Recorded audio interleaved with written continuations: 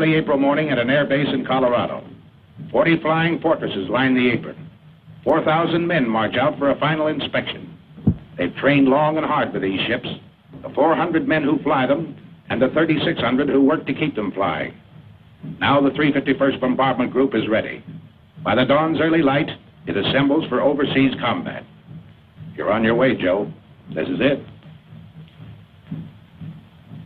With his staff, Colonel William A. Hatchett, Jr. looks over his 4 squadrons. You feel the old man is proud of you. He finds no fault with you today, nor you with him. You'd fly his wing to hell and gone. Sergeant Philip J. Halls, top turret gunner from Springfield, Missouri. He feels that way. So does his pal Kenny, Sergeant Kenneth L. Halls, ball turret gunner from Perkins, Oklahoma.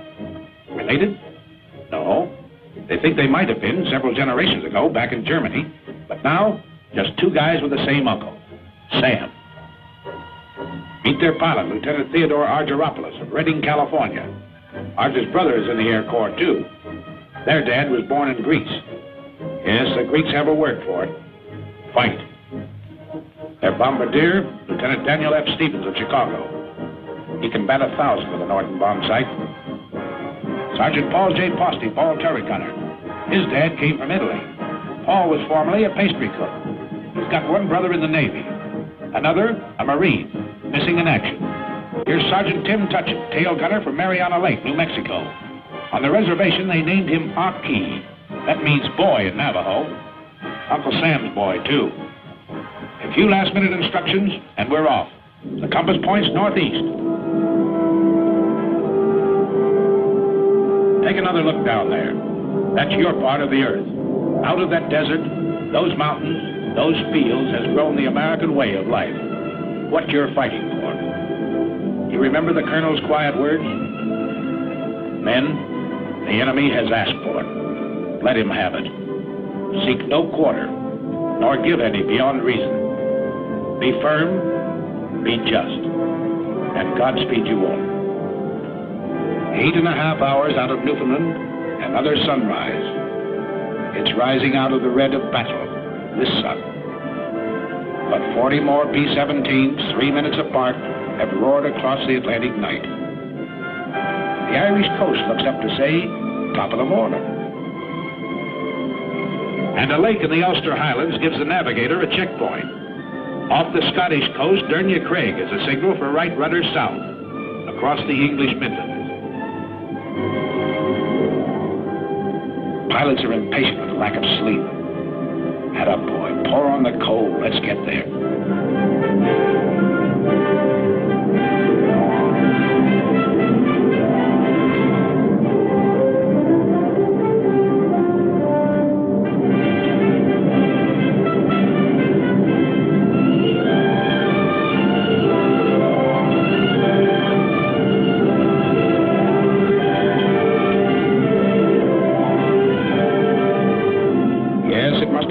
Different when the wings carried swastikas instead of these big white stars.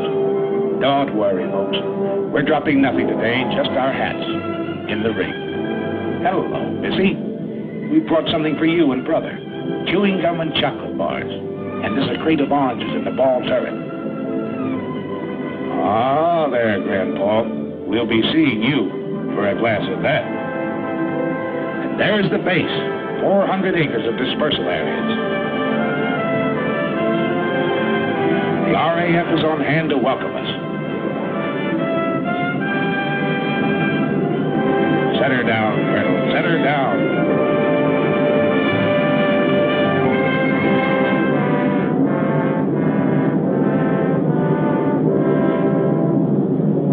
The 351st becomes part of the 8th Air Force. We've reached the battlefront. The combat crews move into English barracks. They give them those simple, quiet names for which Americans are famous.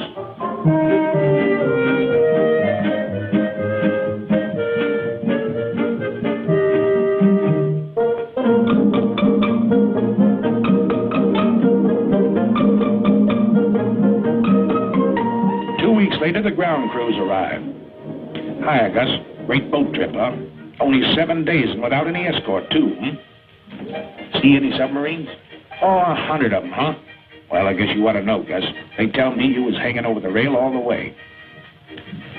Next day, big doings. Class A uniform. Shine those buttons. His Royal Highness, the Duke of Gloucester, brother to the King of England, drops in and is greeted by the old man. What's up? The Sergeant Major says the RAF is handing over the field to us.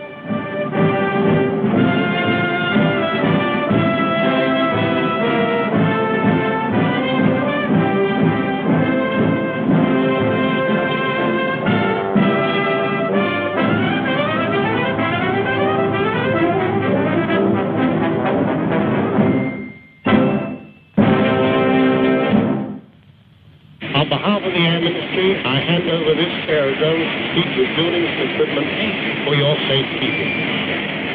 It gives me great pleasure to accept this station on behalf of the United States Army Air Force.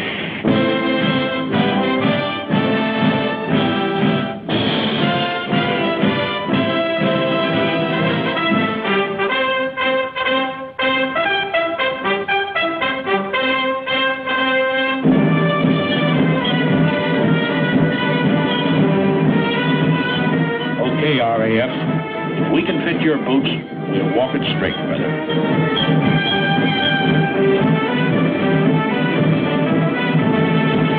Another surprise visitor.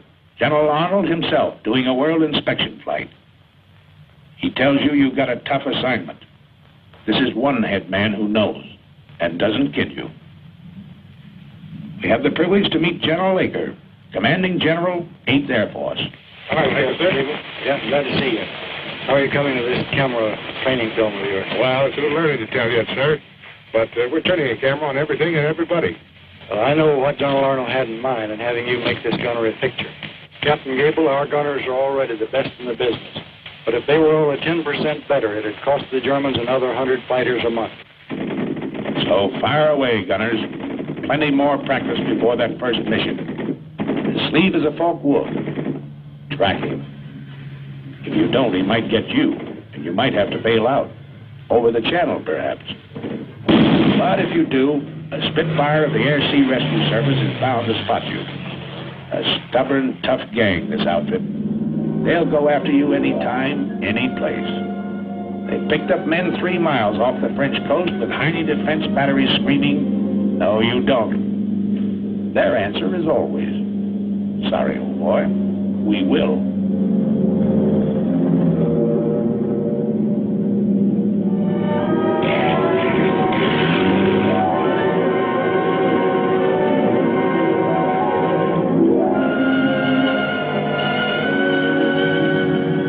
Work on your identification of aircraft. Over here, it's with a real McCoy, such as this captured Ju-88.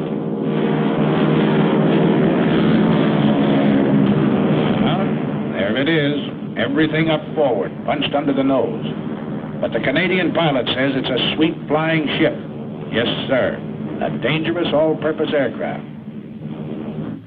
Or the Heinkel 111K. A bad hombre, but he makes good airplanes, gentlemen. These will be a happy sight in days to come. Your fighter escort, that big barrel nose job, circled in white, your own American P-47, the Thunderbolt, side by side with a graceful spit. These are what you don't shoot at. You hear daily lectures on security given by Major Scott, your Scotch-born intelligence officer. Let's stop kidding ourselves. This flying field is only 20 minutes from the battlefront. The dumb spies have all been shot. The smart ones are still living. And you may run into one of them tonight at the Red Lion pub. And if you go to the pub, remember, 1 pound is not $1, but $4. And that equals 20 shillings. 1 shilling equals 12 pennies, which equals 20 cents. 1 English penny equals 2 American pennies. And don't throw your pennies around. Major, seems to me the paper in this pound is not very durable. What do you mean, durable? Laugh at this one for 20 years.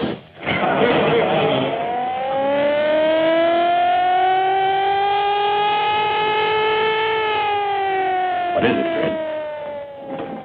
What is it? One of those bitter lessons you learn in training. Flying close formation in rough air at low altitude is no good, gentlemen. Save that for high altitude, when you're headed for the target.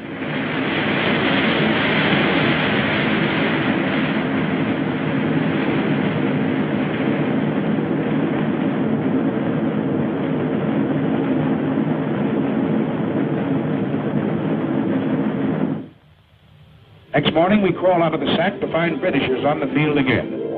Big Halifax bombers that had blasted Berlin during the night. Their own field was closed in by weather, so they dropped in on us for breakfast. Say, Percy, how's the yak over there? Rough? Oh, not half bad, Yank. Well, cheerio, lads. Thanks for the M&As. So long, Percy, old boy. We'll be finding out for ourselves one of these days.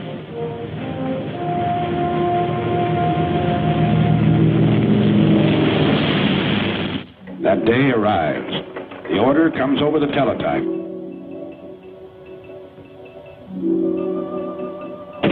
The communications clerk carries it to Colonel Milton, operations officer. To Colonel Burns, deputy commander. The old man is on the phone. Then in the briefing room. I'm summarizing. Remember your route in to this DR point where you go northeast to avoid this black area. T-47s will escort you to about this point on the way in, and Spit 9 will meet you about here on the way out and escort you all the way home. And now the weather officer. Weather's plenty important. You'll probably have to go over and above the altitude that you're scheduled to fly, 23,000 feet. From the IP to the target, the winds will be very strong tailwinds, and your ground speed should be well about 260 miles an hour. The visibility is good everywhere east of that cold front, and the temperature at the target should be comparatively warm, minus 25 degrees centigrade.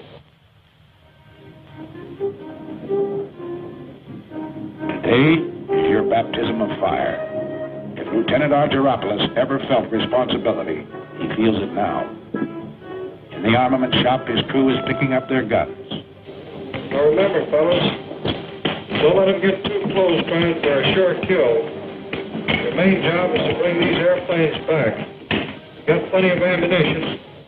Keep them out there at long range. Oh, we know. They've given you an easy hop. Only 3.5 hours in and out. What they call a milk run. But you'll remember this first mission. You don't admit it now. You wouldn't show it for the world. But later you find out everybody else felt the same way you did.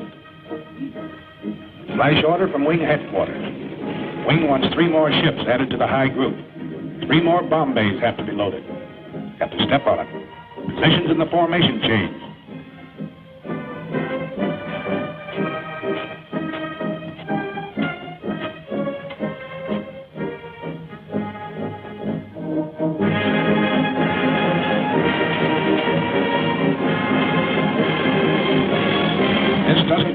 Sergeants Kenny and Phil Hull. Gunners think only of smooth-working guns and plenty of ammunition. Ammunition's cheap. 6 cents worth of .50 caliber wanged into the cockpit of a Messerschmitt. That's what will bring you home. What did that weatherman say? 30 below over the target? Electrically heated suits.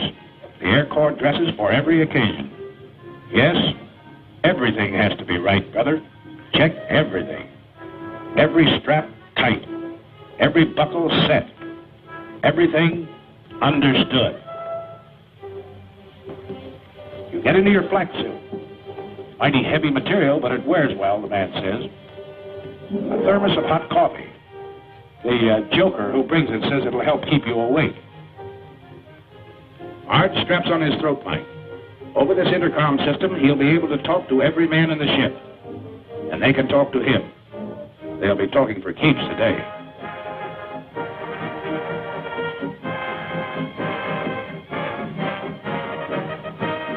Well, that flare from the tower ought to be along any minute now. There it is. Start engines. Colonel's already been on missions with seasoned outfits. Today, he leads you on your first.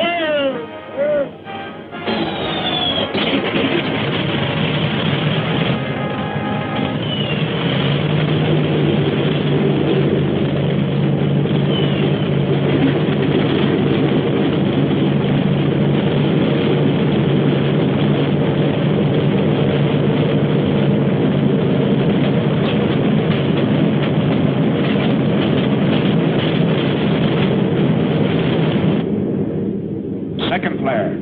Start taxi.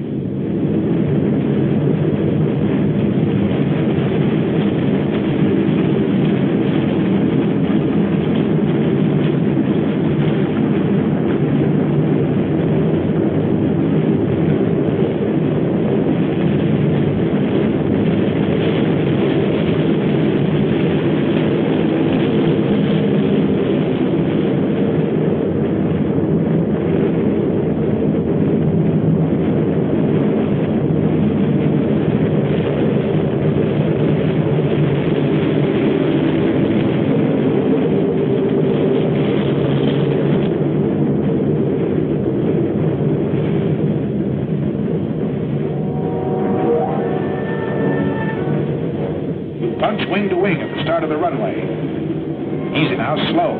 You'll cut somebody's tail off. Rev her up, but ride those brakes hard, Red. Roger. You keep your eye on the tower. Take off. The old man leans full on his throttle. At 15-second intervals, you follow.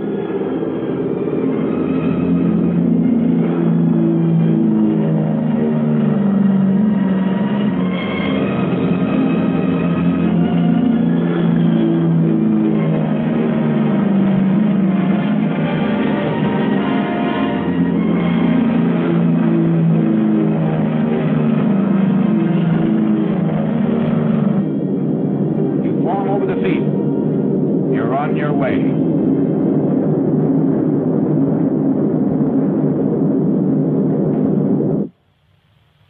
The rest of the outfit sits down to wait.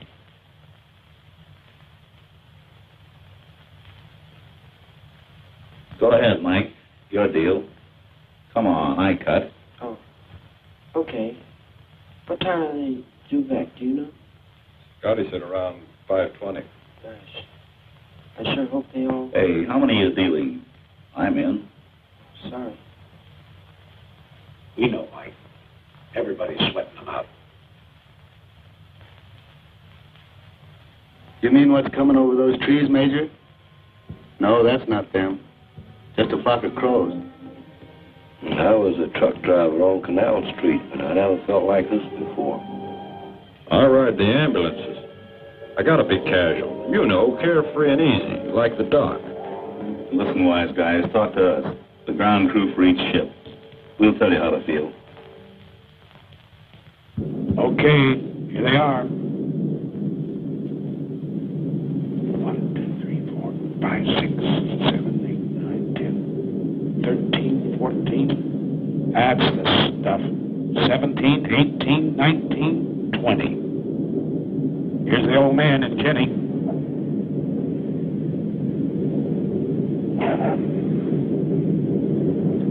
Yeah, that's your ship, Corporal. You can uncross those fingers now. 627. That's Joe Frischholz. A little hot, Joe, but you're a hot pilot.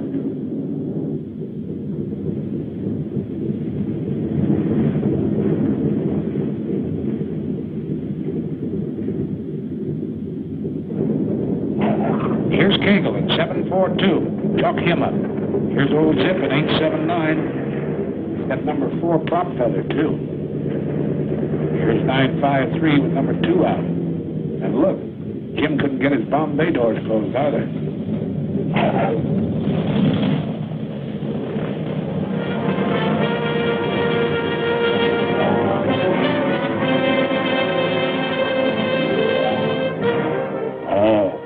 OK sign, huh, Sergeant? Must have laid him right on the nose. Yeah, Oldie says he saw him land right on the MPI. Nice bombing, Steve. That's from me, Pete Provenzale, your navigator. Okay, Phil, chalk up number 1. Nice driving, Captain Arch. You sure know your evasive action. Uh-oh, Harry caught something. A 20 millimeter right across his radio. Arch looks at a hole in the horizontal stabilizer. Nothing at all. Hi, Pete. Come on, let's stow these guns and get to interrogation. Yeah, you're feeling pretty cocky. Nobody blamed you. It's great to get that first one over with. But this one was pretty easy, remember? You got a lot more to go. Longer ones, tougher ones. Take it easy, boys. Take it easy. Back from the raid comes Major Louis Nowak, Group Surgeon. Doc flew this first mission to study the physical reactions of men in combat. He didn't have to go, but that's the kind of a doc he is. And today, on the walls of the officers' mess, begins the chronological record of the group's success. Coutray, a German fighter base in Belgium. Annie doesn't live there anymore. In the meantime, we find Kenny and Phil cleaning their guns in front of the armament shop. Hello, Captain. Hello, fellas. Well, how was it? You know, Cap, I don't think those Germans like us. Are you ready to go again? Sure. Gotta get this thing over. Did you learn anything you didn't know before? Plenty. At home, they told us the Jerry's made most of their attacks on the tail. Today, most of them are on the nose. Yeah. Most of the time I had my turret pointed at 12 o'clock. I must have fired 1,000 rounds. Let's go all these guns, Ken. All set? Yes, check those guns. You had plenty more use for them the next 2 weeks. Emden, Kiel, Wilhelmshaven, St. Nazaire, Bremen. And every swastika stands for a Hun pilot that asked for it and got it.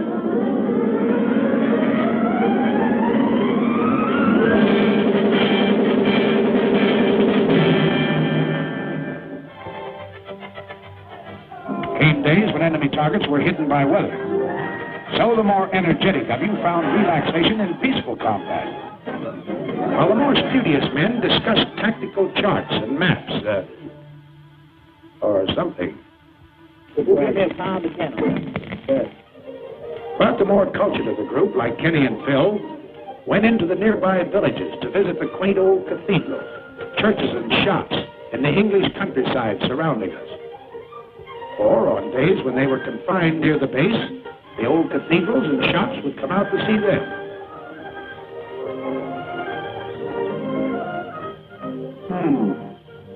This little shop wants to go home.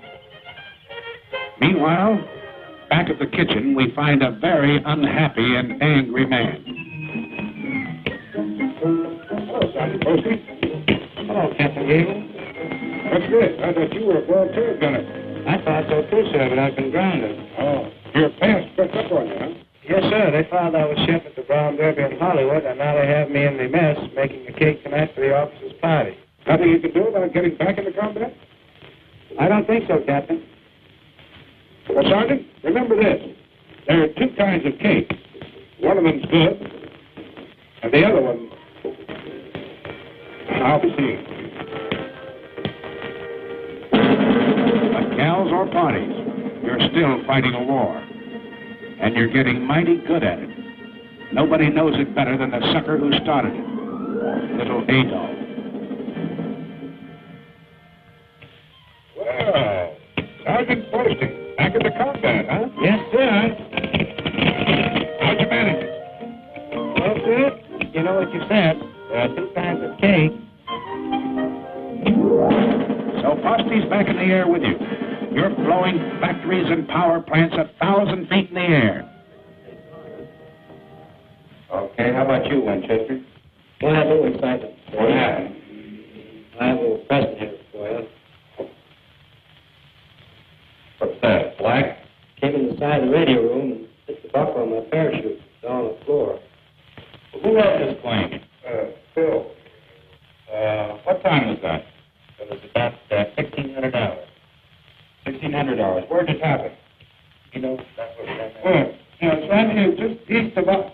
East of Autumn. Who confirmed that? I saw it. I confirmed it. After he fired it, came down and passed underneath our left wing and exploded right underneath it. Nobody bailed out. But when you hand out punishment like this, you've got to take some, too. The day you got back from over Villacoublay, just outside of Paris, was plenty rugged. Signal flares. That means wounded aboard. What's tough about it was you had to bring your bombs back. You couldn't drop them. When you reached a target, you found it closed over by weather. That's an order when you're flying over France. No indiscriminate bombing. Just German installations.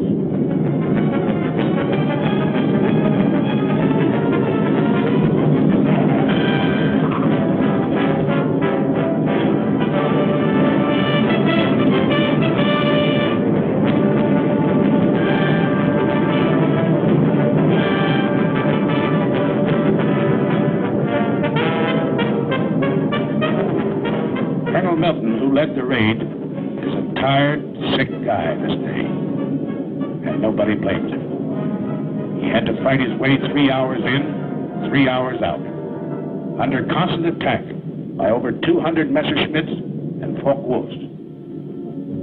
He lost men, he lost ships, and couldn't strike his blow. That's rough.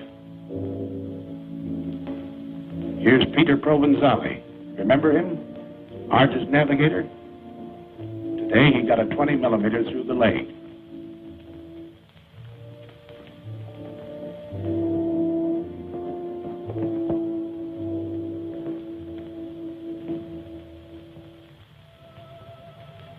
Control cable shot in two, but some wounded gunner wouldn't quit. He tied them together.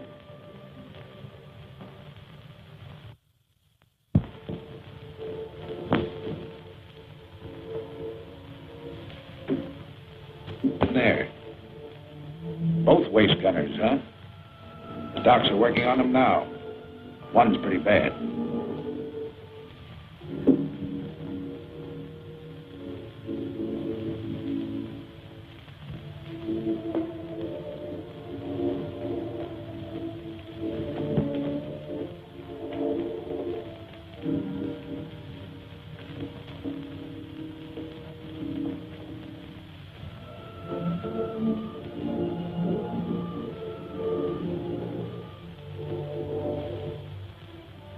Easy now, you guys. It's Bob Wallace, co-pilot.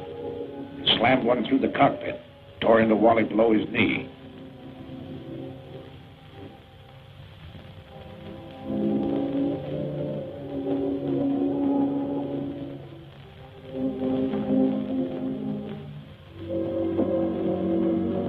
Bulletproof glass.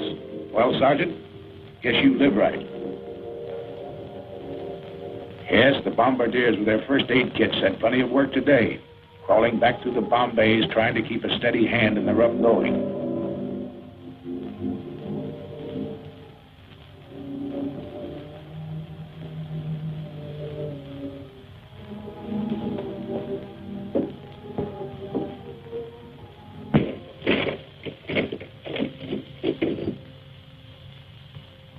Many of your pals left you that day.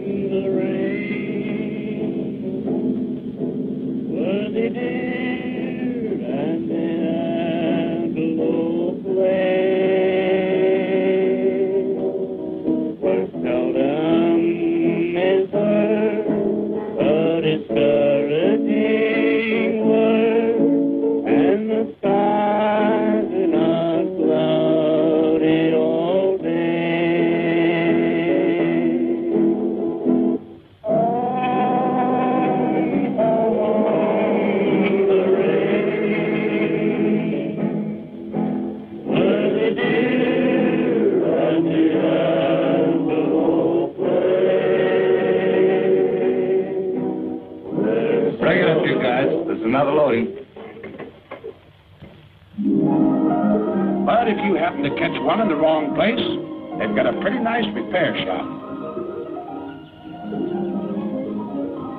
Ever see a sergeant flip a tulip in a lieutenant's face? Well, you just did.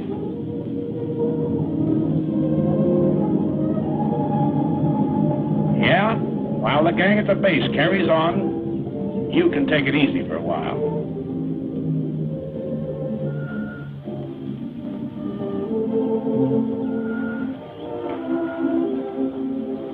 How they fighting, Sarge?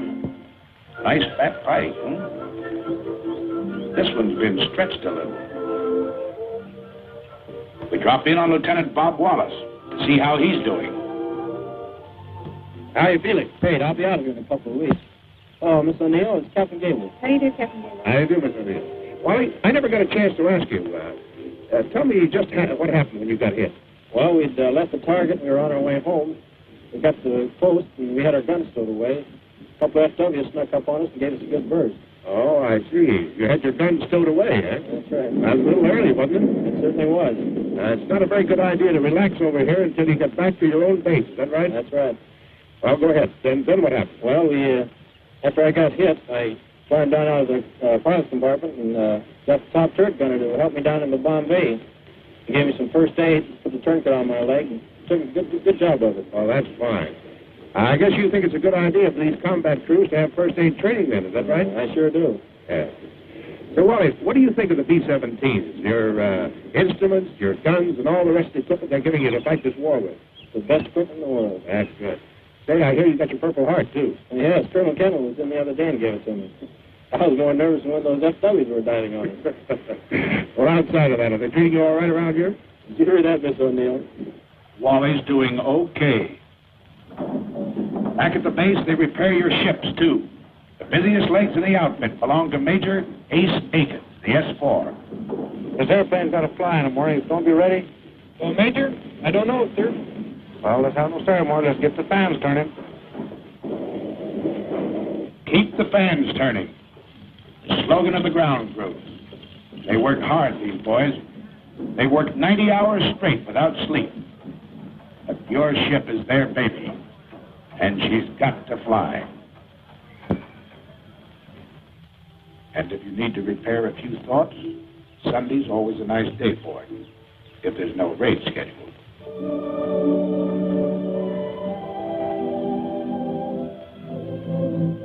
What do you know, Ken? This church was built 900 years ago.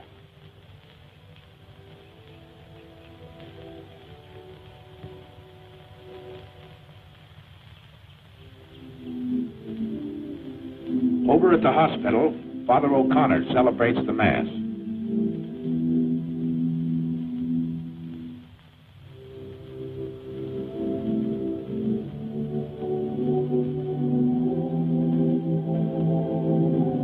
The boys receive Holy Communion. Here's Pete Provenzale. He's leaving the hospital tomorrow.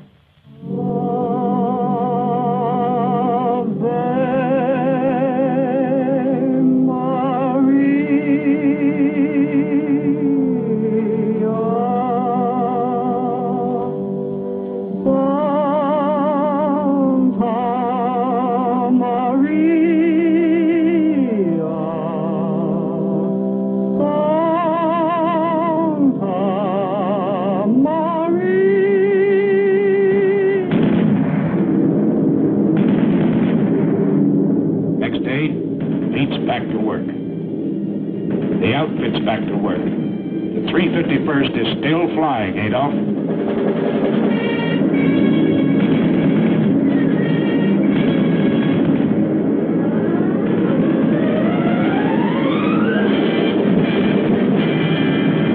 Attention to orders. General orders number 93. Headquarters 8th Bomber Command. 11th July, 1943. You can't get out of it, you know. They pin medals on you for this sort of work. It's not so much a thrill for you. It's a big kick it will hand the folks back home. The Silver Star, the Distinguished Flying Cross, the Soldier's Medal. Dad and Ma and that certain girl. They'll cut out the clippings and drive the neighbors nuts. Bombardier Stevens, the DFC, because he's been batting 1,000 over Germany. And one to Pilot Peters. He had to ditch in the channel, but his coolness and courage saved his crew. Bill Halls gets 2 clusters on his air medal for straight shooting. DFC to Tim Tutchin. A Focke-Wulf and a mountain lion? No difference, he says. The control wires were shot in 2. So the DFC to Sergeant Del Conte, who tied them together, his hands punctured with flak. A Silver Star finds itself next to Provenzali's Purple Heart. He refused first aid till the Jerry fighters quit and stuck to his gun. The day the group led the wing over Schweinfurt, Colonel Hatcher was air commander. To him, the Silver Star. And the DFC to Kenny Hull. Colonel Gross is smiling because Kenneth was having a coke in the PX when his name was called. Are you forgetting your 5 confirmed Jerry, Sergeant? We're not. And they don't forget you when you're a little battle-weary and need a rest. At a very gay seaside community, a world-famous resort hotel has been converted for your pleasure by the Red Cross. A great place here. Sleep, eat, or what have you. Hey!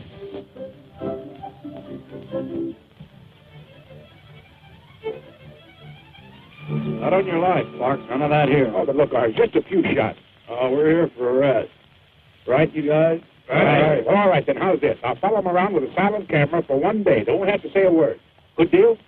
Good deal. English Surrey with a fringe on top. Nice fringe. Carry you to the old swimming hole.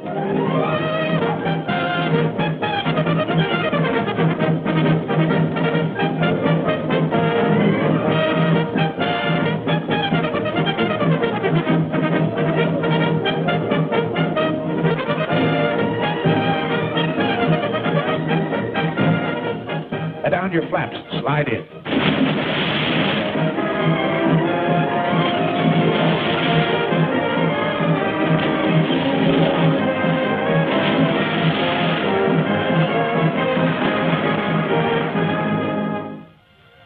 Now let's see what the boys back at the base are doing. Why, they're getting a few laughs, too. We'll let the man who's handing them out tell you about it. Hello, everybody. This is Bob somewhere in good old Jolly Hope, laying a few eggs for the boys that really know how to lay them. Yes, sir, this is one of the happier cow pastures that we work in over there in England. And look who's dancing. You know, I used to dance with Fred Astaire, but we couldn't get girls. And right here you see Jack Pepper, who's here through the courtesy of his draft board. His picture's a little dark, I understand, but after we were there a couple of weeks, we got a little braver and we started to work with the lights on. This is really a great, great crowd out there tonight. And I understand Rhett Butler is on the fringe of the crowd. They tell me that they stopped him from flying in those B-17s. They claimed his ears held the plane back. Nice little scene. Shows Pepper trying to get his expense money. Look at that mob. You should have heard him cheer when Francis Langford walked out and when Tony Romano played the guitar. Yes, sir, you'll never know how this bunch of boys picked up our morale.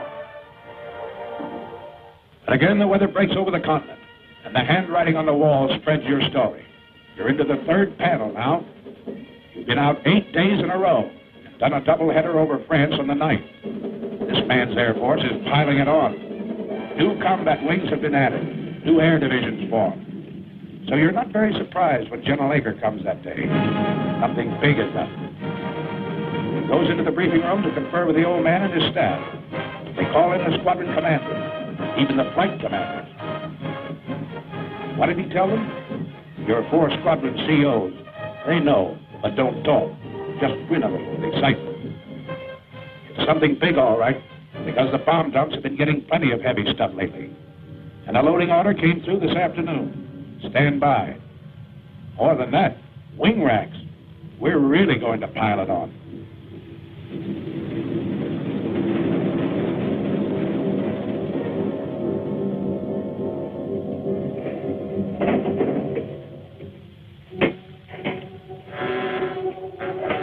And that night, as always, when you know a real dilly is coming up, you're a little restless.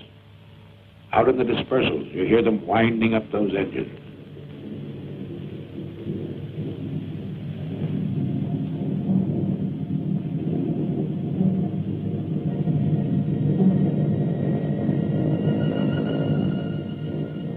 That's all right, ground crew. Make 'em sing. Make 'em sing good.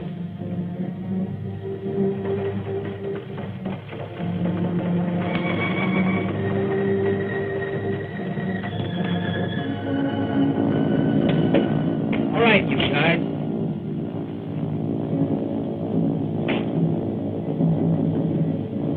Breakfast at 3, briefing at 4.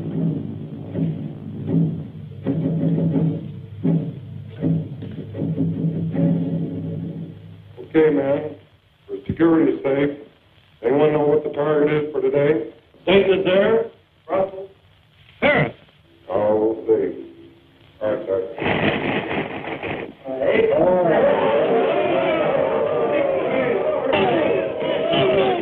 Frequency, Deutsch. This was the longest penetration for this group.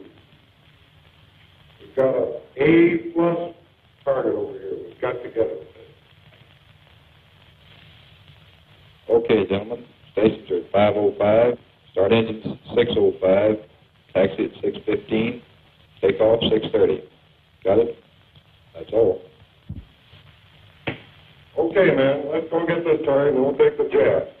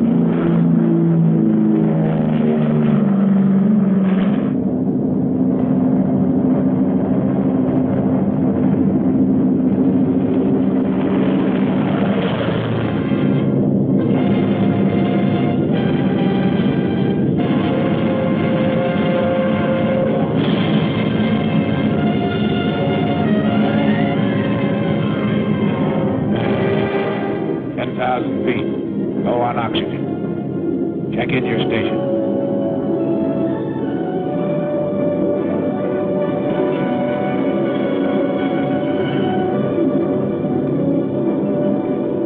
At the designated splicer point, still over friendly territory, rendezvous with other groups. Your combat wing banks into position. Then wing after wing, as far as the eye can believe, the attack formed.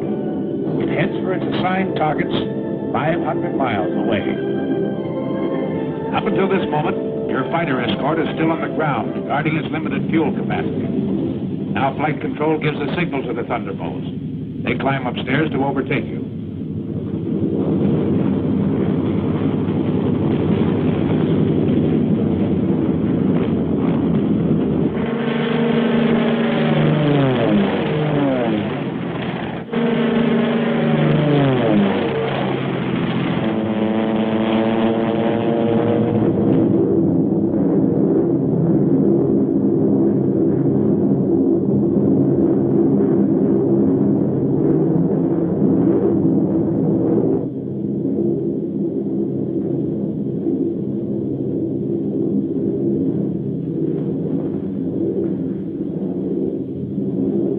Fighters, 3 o'clock low. Watch it. That should be our escort. You're right, sir. 47s.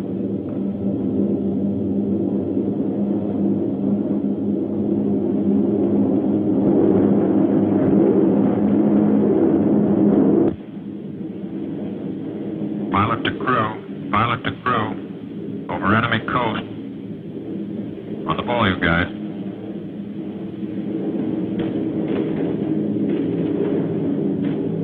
Hey, get a load of that flag. Can't that go any higher than that? Where do you want to have it? In the bomb bay? Why don't you lean out and smell it? That's right, you guys. Laugh it off.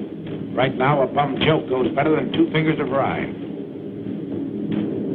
Around 3 hours out, Arge looks at his watch. He knows it's time for the fighter escort to turn back. All over the ship, you watch them leave. You're really on the ball now, because you know that enemy fighters will appear any minute. They know exactly where you are. They've been watching the stratosphere condense off your wingtips, giving you away in long trails of magnificent treachery.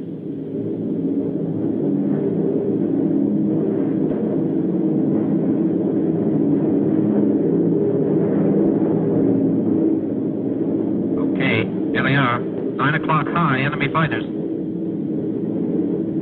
Same thing at 3 o'clock. Yes, at least those vapor trails work both ways. Arch watches the enemy formations as they parallel your course. Seems obvious.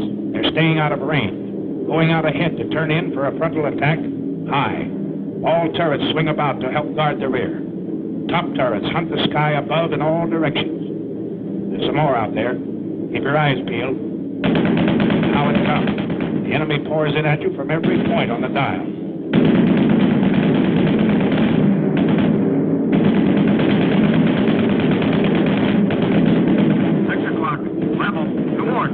Watch it.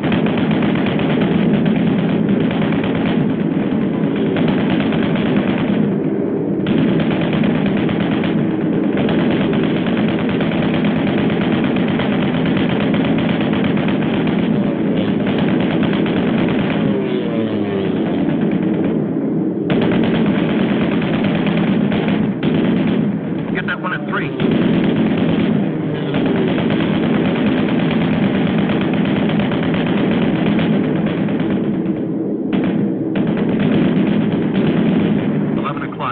High.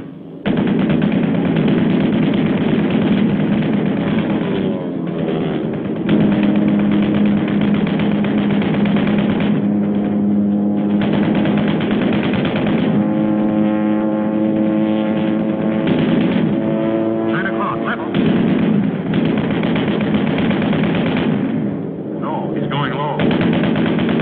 Here he comes up.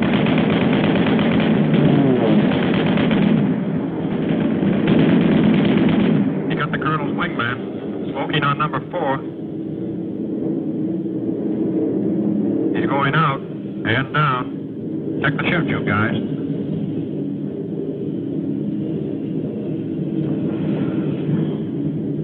One chute out of the tail. 2 out of the waist. There are 2 boys out of the nose. There's 2 more. Pilot the tail. Pilot the tail. Let me know how they're doing back there. Roger. Fighter, 6 o'clock. Coming through.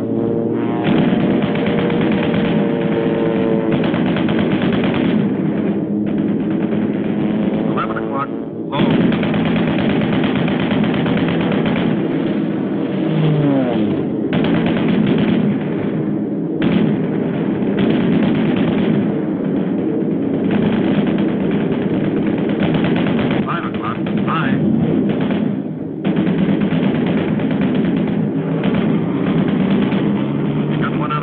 Yep, no chance there.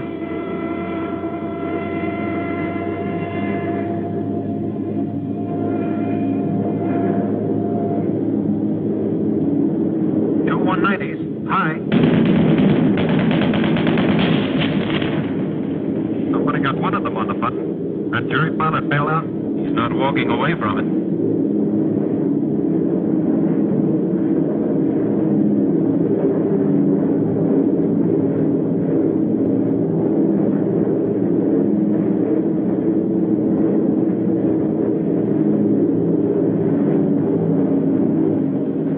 Barreling at you. A little short on heart, plenty long on guts this enemy.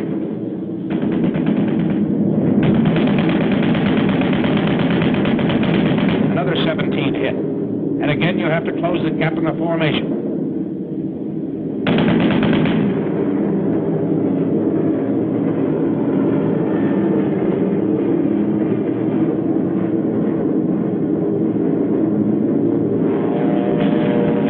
And again they come. 12 o'clock high, 4 o'clock level, out of the sun, and up from the ground.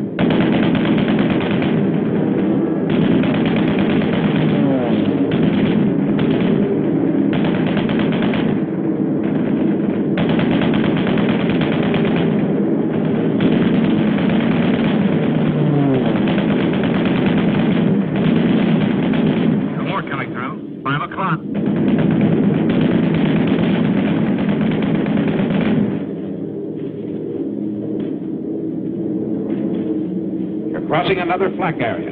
It's heavier this time, so black and thick you can almost hear it, and it's more effective.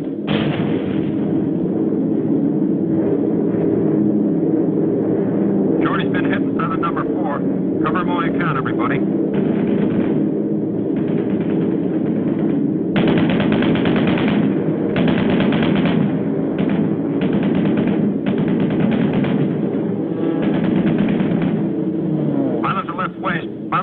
There's another one working Shorty over. Can you help him? No can do, sir. Out of range.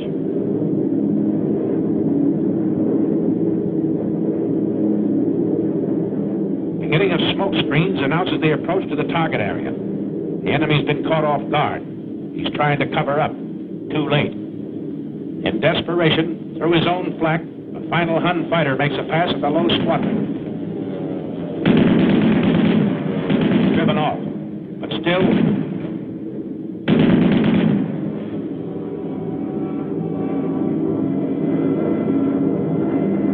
did a fighter or a flak get that ship?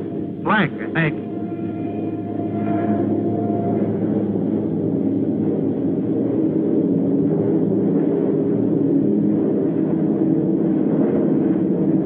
there it is. The flare out of the lead ship. Signal for the bomb run. This is your attack. All right, Steve. We're on the IP. She's yours. I got her.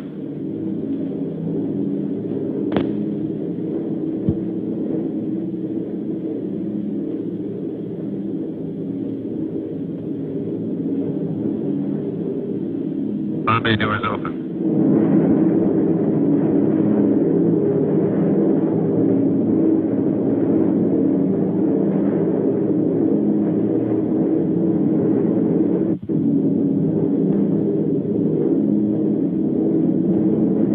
Make a good run now, Steve. I'm on it. Yes, make it count, bombardiers. They build these ships around you. Bombs away.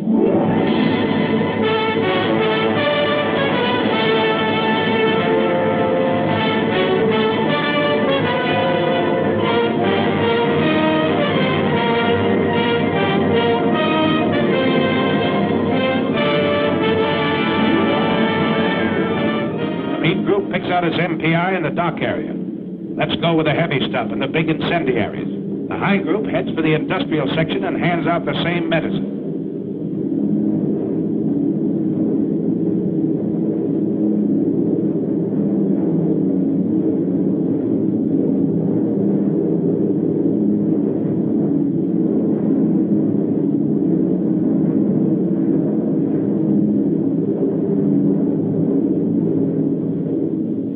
Group turns for the adjacent airdrome. It blasts the field, the hangars, and repair shops with hundreds of deadly anti-personnel bombs.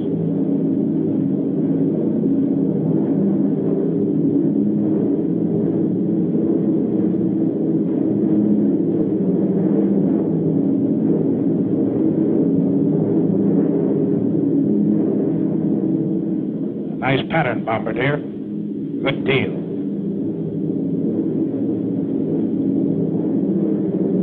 Can't hear what's going on down there, 5 miles below you. But marshalling yards and chemical tanks, ships and warehouses, spare engines and ball bearing factories are disintegrating in molten chaos.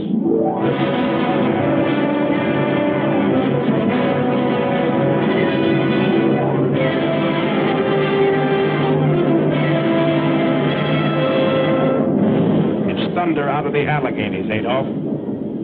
You said Americans were soft and decadent? Well, here's a red, white, and blue headache that'll help you change your mind.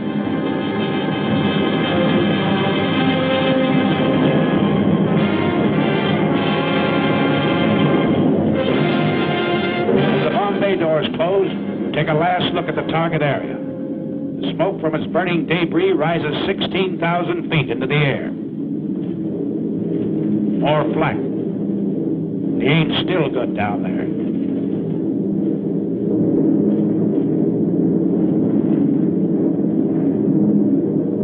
How about this trip home? Is it going to be rough? Pilot to crew. Pilot to crew. Well, you guys, we're over an hour out. They haven't come back at us yet. Looks like we're lucky this trip. Enemy fighters, 11 o'clock high.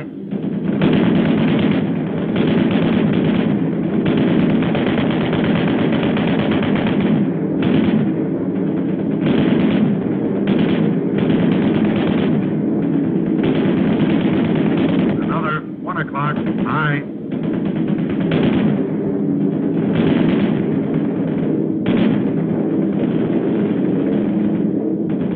Coming level to 3.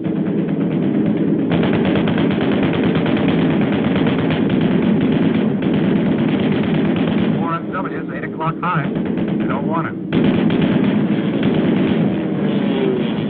ME, 110, 1 o'clock high.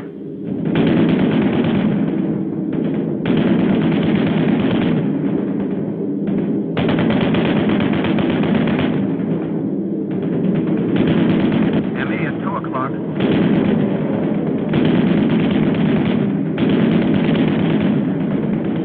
I got him. I'll say you did.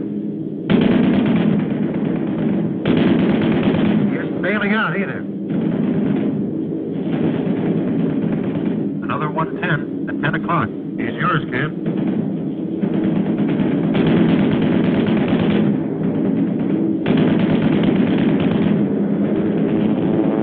There he goes. In the pigeon. Stoffel commanders throw their pilots into formation with suicide orders. That's what they get. Formation is tighter than ever. You're not sparing ammunition. You're knocking them down like mallets. One more.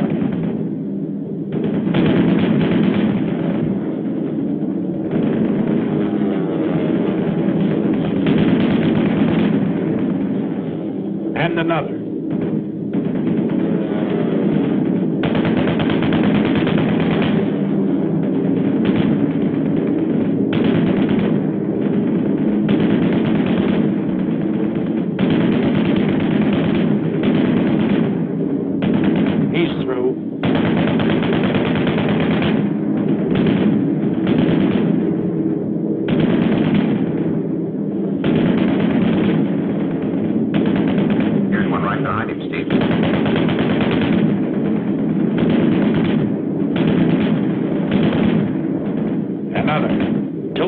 For the boys up forward.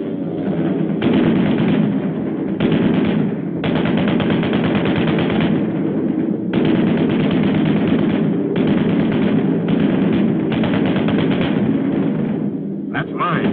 You see him, Kent? Sure do. I'll confirm him all right.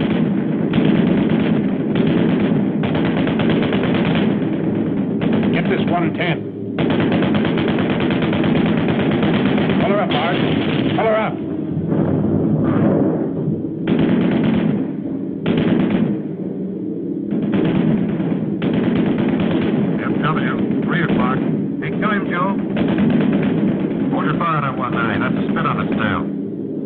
Fighter cover's got here. Ah, poor spit. Gee! I feel it, Jerry. It's over today, pal. Look at that spit right up down. Oh, you sweetheart. Good night, sweetheart. Till maybe tomorrow. Good night, sweetheart. Sleep well, vanish sorrow.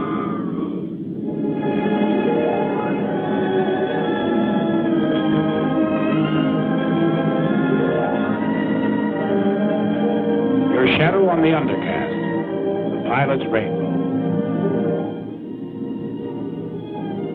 Missions end, but not the end of the battle.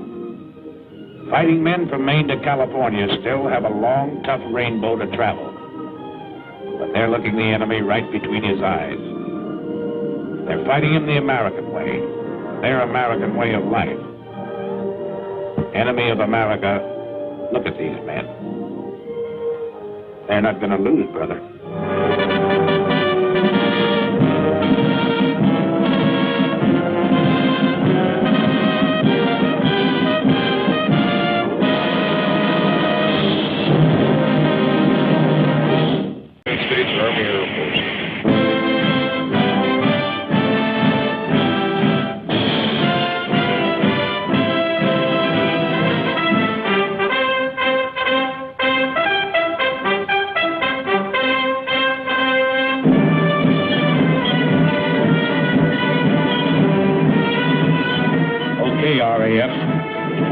your boots.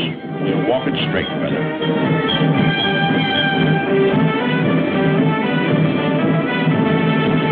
Another surprise visitor.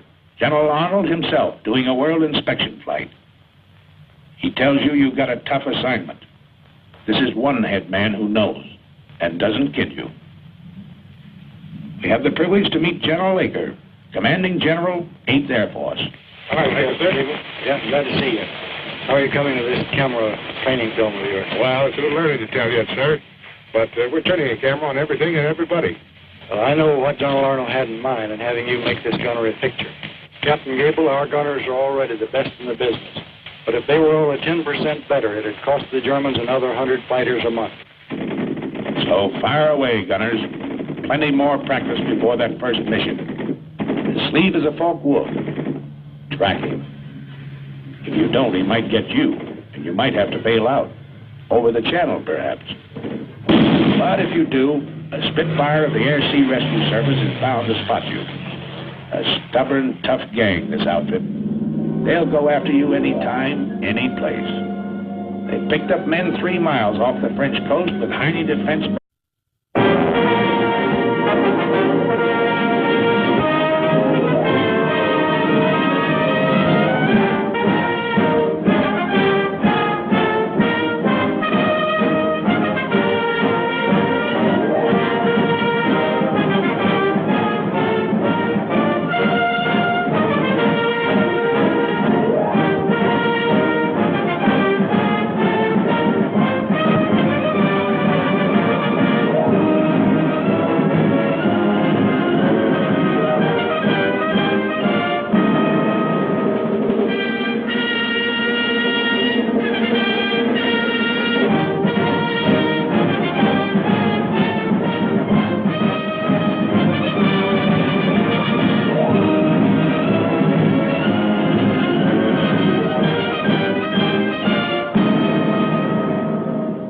Came that early April morning at an air base in Colorado.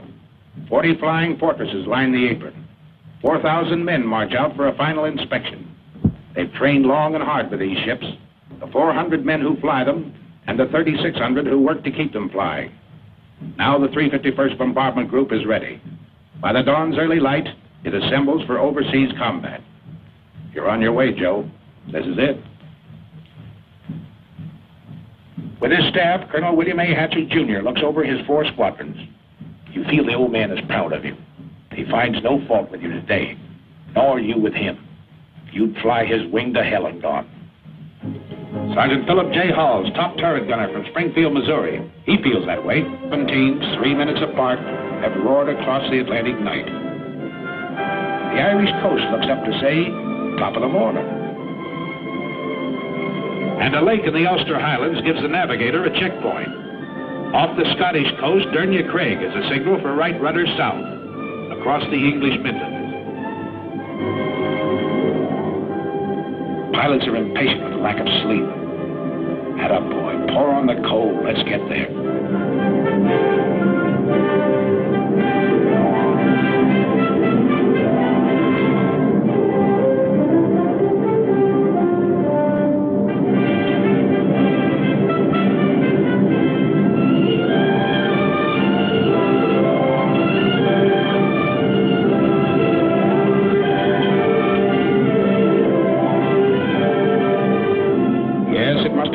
Different when the wings carried swastikas instead of these big white stars. Don't worry, folks. We're dropping nothing today, just our hats in the ring.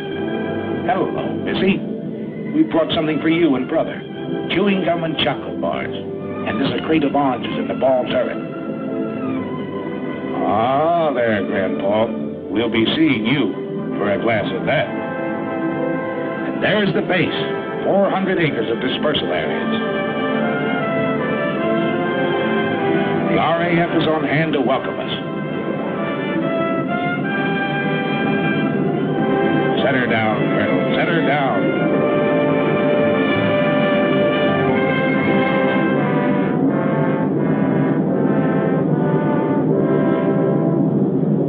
The 351st becomes part of the 8th Air Force. We've reached the battlefront. The combat crews move into English barracks. They give them those simple, quiet names for which Americans are famous.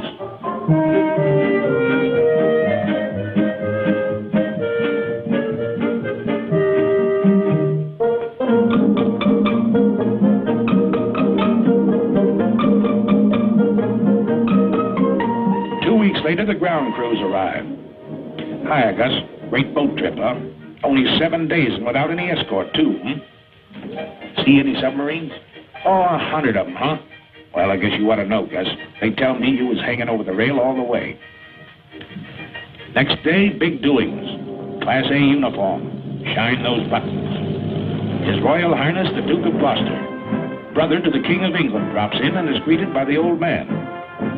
What's up?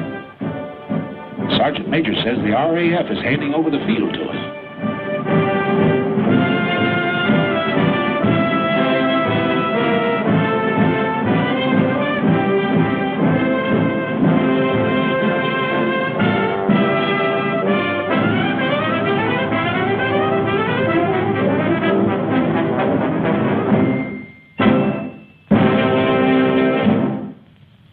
On behalf of the Air Ministry, I hand over this aerodrome to keep your buildings and equipment for your safekeeping. It gives me great pleasure to accept this station on behalf of the United. So does his pal Kenny, Sergeant Kenneth L. Hull, ball turret gunner from Perkins, Oklahoma. Related? No. They think they might have been several generations ago back in Germany, but now, just two guys with the same uncle, Sam. Meet their pilot, Lieutenant Theodore Argyropoulos of Redding, California. Argy's brother is in the Air Corps, too. Their dad was born in Greece. Yes, the Greeks have a word for it. Fight. Their bombardier, Lieutenant Daniel F. Stevens of Chicago. He can bat 1,000 with a Norton bomb sight. Sergeant Paul J. Posty, ball turret gunner. His dad came from Italy. Paul was formerly a pastry cook. He's got one brother in the Navy. Another, a Marine, missing in action. Here's Sergeant Tim Tutchet, tail gunner from Mariana Lake, New Mexico. On the reservation, they named him Aki. That means boy in Navajo. Uncle Sam's boy, too. A few last-minute instructions, and we're off. The compass points northeast. Take another look down there. That's your part of the earth. Out of that desert, those mountains, those fields has grown the American way of life. What you're fighting for. You remember the Colonel's quiet words? Men, the enemy has asked for it. Let him have it. Seek no quarter, nor give any beyond reason. Be firm, be just, and Godspeed you all. 8.5 hours out of Newfoundland, another sunrise. It's rising out of the red of battle, this sun. But 40 more peace